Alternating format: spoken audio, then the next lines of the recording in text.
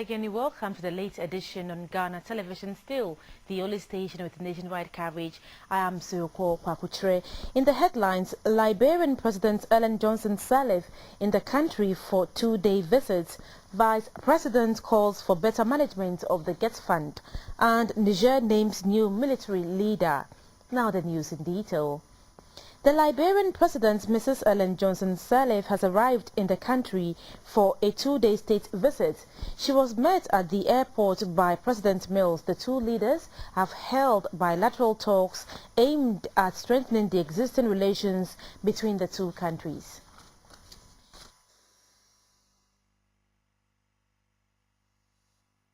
Ghana and Liberia have had long-standing relations over the years. The relations were further strengthened during the Liberian Civil War.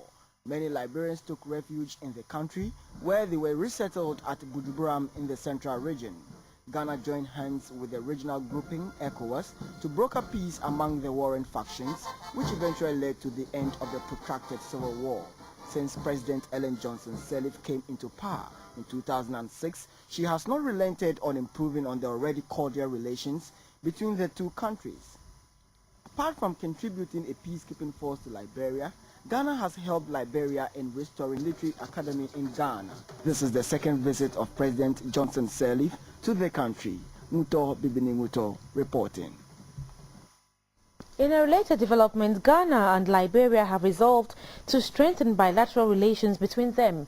President John Evans Atta Mills and his guest, Liberian President Mrs. Ellen Johnson Sirleaf, made the resolution just.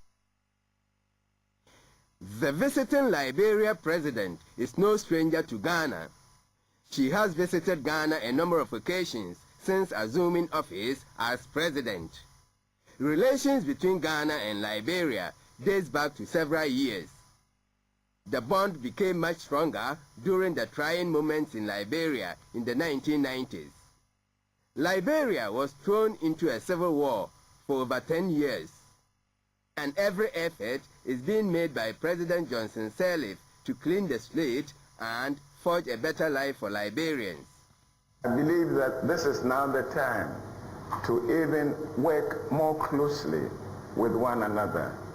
I think that you need commendation for what you've been able to do since you assumed office, because you started with almost two-day visit at the head of a 10-member delegation is hoped will further strengthen the strong bonds existing between Ghana and Liberia.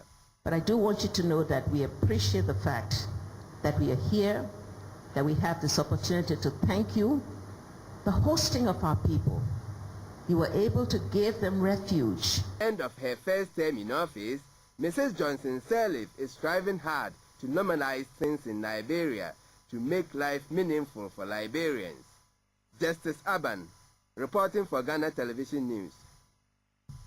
Meanwhile, President John Evans Atta Mills has commended the Liberian leader, Mrs. Ellen Johnson Sirleaf, for her efforts to rebuild Liberia at a luncheon in honor of. After a protracted civil war that lasted for improving bilateral relations with Ghana, she described Ghana as an ally to her country's rebuilding process. President Mills said the objective of their leadership is to help raise the standard of living of their peoples. Ghana and Liberia, needless to state, have a lot in common. And therefore, the closer we get to one another, the better it is for our two countries.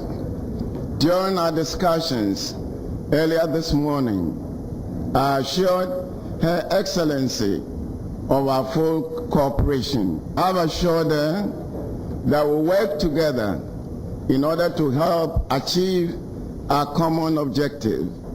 Mrs. Johnson's Volta River Authority, for the first time, restored electricity to the city of Monrovia in 2008. We commend you for being such a shining example to the rest of Africa. Similarly, Liberia is strongly committed to democratic tenets, respect for human rights, and good governance.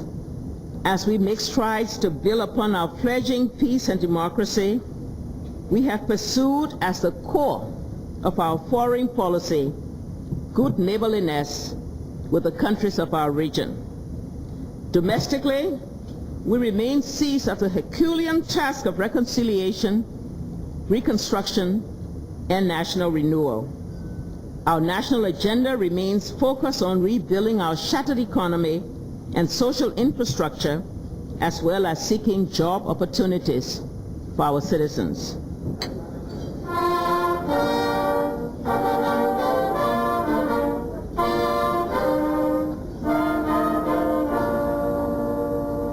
Ghana is also assisting Liberia in reconstituting its military.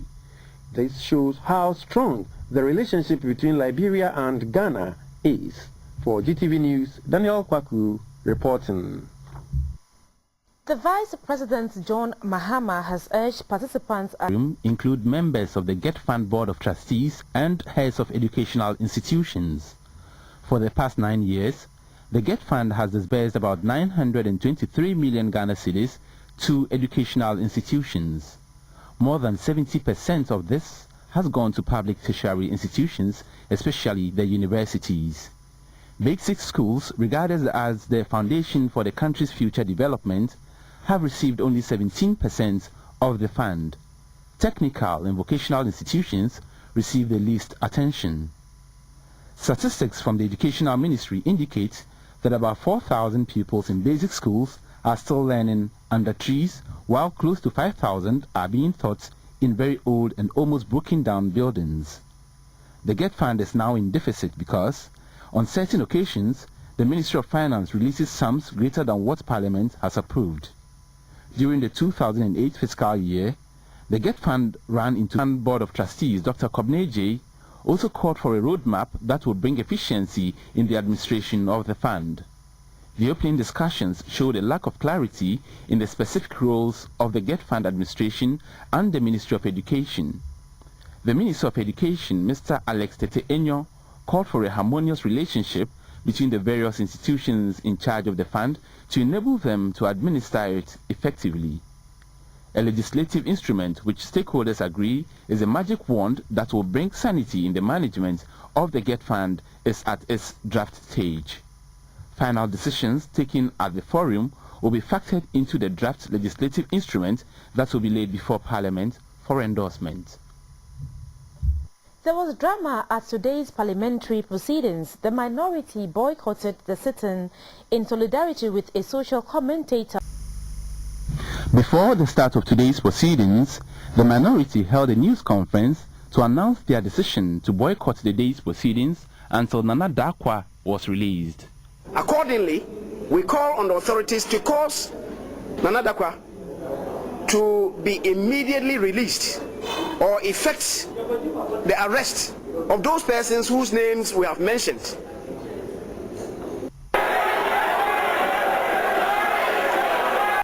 Despite the minority boycott, the House went ahead with the day's business. The Deputy Minister for Roads and Highways, Rojo Metonunu, answered questions on his ministry. The House also adopted and ratified the report of the Committee on Mines and Energy on Petroleum Agreement between government, the Ghana National Petroleum Court parliamentary proceedings. According to the majority, the walkout was unnecessary.